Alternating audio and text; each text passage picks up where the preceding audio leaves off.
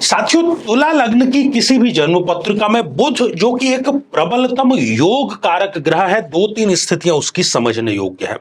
यदि लग्न में ही बुध देव विराजमान हो जाए तो बुध की दशा अंतरदशा में व्यक्ति जो है वो व्यापार से बहुत बड़ी धनराशि कमाता है। और व्यापार जो होता है वो उसका बुद्धि पर आधारित होता है, केवल सलाह देने का या टेलीफोन पर काम करने का होता है, बहुत ज्यादा मेहनत का नहीं होता।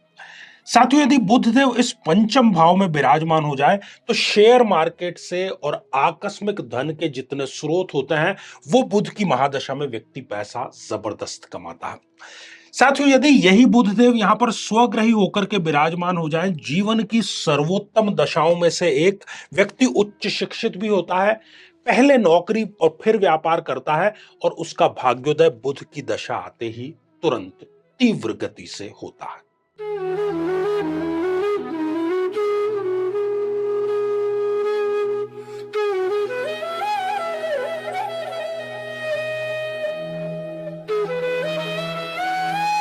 नाम है मंगल। नाम तो आपने सुना ही होगा।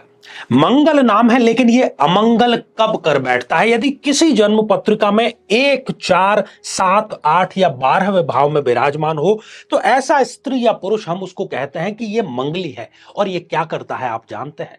ये विवाह में देरी करवाता ही करवाता है। और यदि विवाह करवा भी दे तो ये दाम्पत्य जीवन में जहर घोलने का कार्य करता है, तलाक तक की नौबत ये लेकर के आ जाता है। क्या किया जाए अब इस दोष का? साथियों, यदि आप भी इस दोष से पीड़ित हैं तो एक बहुत ही सटीक और सही समय आ रहा है, और वो समय है मंगला गौरी का। जी हां, 23 जुलाई 2024 की हम बात कर रहे हैं। इस दोष की समाप्ति का इससे अच्छा मौका अगले 1 वर्ष तक आपको नहीं मिलने वाला है।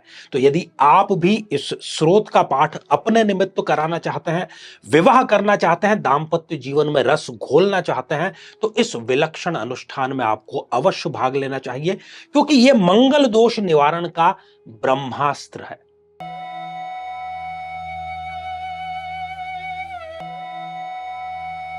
तो मेरे बहुत ही प्रिय और बेहद सम्मानित साथियों, हृदय की असीम गहराइयों से अभिनंदन, बहुत बहुत हार्दिक स्वागत है। साथियों, बुध की महादशा कैसी रहने वाली है, इस पर यह हमारी श्रृंखला, ये सीरीज चल रही है। और आज इसी श्रृंखला में हम चर्चा करने जा रहे हैं तुला लग्न की जन्म पत्रिका के बारे में। और यदि अभी तक आपने अपने लग्न से संबंधित एपिसोड नहीं देखा है तो यहां आई बटन में हमने आपको उसका लिंक प्रोवाइड करा दिया है, जाकर के जरूर देखें और समझें। और यदि आप भी अपनी कुंडली का संपूर्ण विश्लेषण कराना चाहते हैं, क्या समस्या है और क्या समाधान है जानना चाहते हैं, तो आगामी दिनों में मैं इन शहरों में स्वयं उपस्थित रहूंगा। आप अपॉइंटमेंट लेकर के मिल सकते हैं। तो साथियों, शुरुआत करते हैं लग्न से। यदि बुध देव लग्न में ही विराजमान हो जाते हैं तो ये जीवन की सर्वोत्तम दशाओं में से एक दशा होती है। व्यक्ति व्यापार करता है, बुध की दशा उसकी सर्वोत्तम दशा होती है। और व्यापार भी ऐसा करता है जो बुद्धि पर आधारित होता है। ज्यादा से ज्यादा फोन कर लिया या सोशल मीडिया, स्वयं शरीर से मेहनत करने का उसका व्यापार नहीं होता। बुद्धि इतनी तीक्ष्ण होती है कि लोग इनसे सलाह लेकर के अपने बड़े बड़े निवेश, अपने बड़े बड़े व्यापार जो है उसको ये संपादित करते हैं। साथियों, यदि बुधदेव इस द्वितीय भाव में विराजमान हो जाएं, जो कि धन भाव है, पैतृक संपत्ति भी बुध दिलवाता है। धन की कभी इस व्यक्ति को कमी नहीं होती और अपनी वाणी के माध्यम से यह धन अर्जित करने का मादा रखता है। साथ ही यह अपने कुटुंब में यहां पर सबसे ज्यादा तरक्की करने वाला व्यक्ति बनता है, इसमें कोई दो राय नहीं है। साथियों, यदि बुधदेव इस तृतीय भाव में विराजमान हो जाएं, बहुत अच्छी यह दशा रहेगी।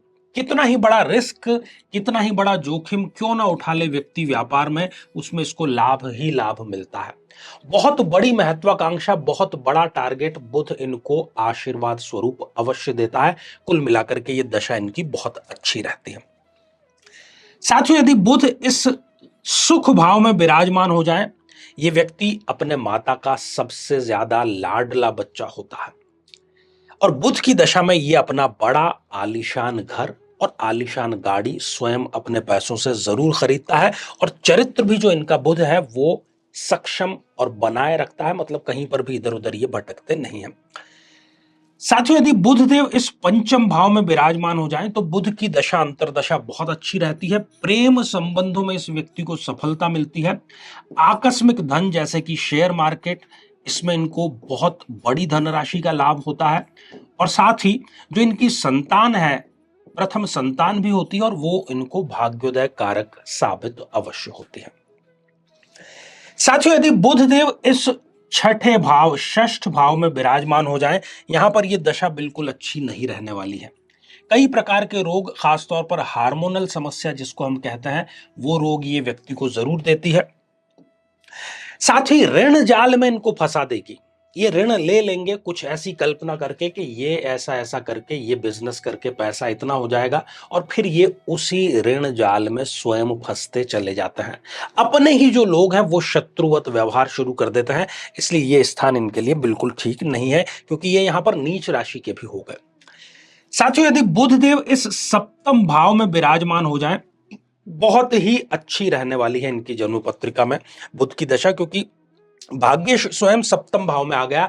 तो यदि कुंडली ये ठीक से मिला लेंगे, ग्रहों का मिलान करेंगे, जन्म पत्रिका में आने वाली दशाओं अंतरदशाओं का, नक्षत्रों का, भावों का मिलान करेंगे, तो विवाह के पश्चात इनका भाग्योदय अवश्य होकर के ही रहेगा। कोई दो राय नहीं है इसमें।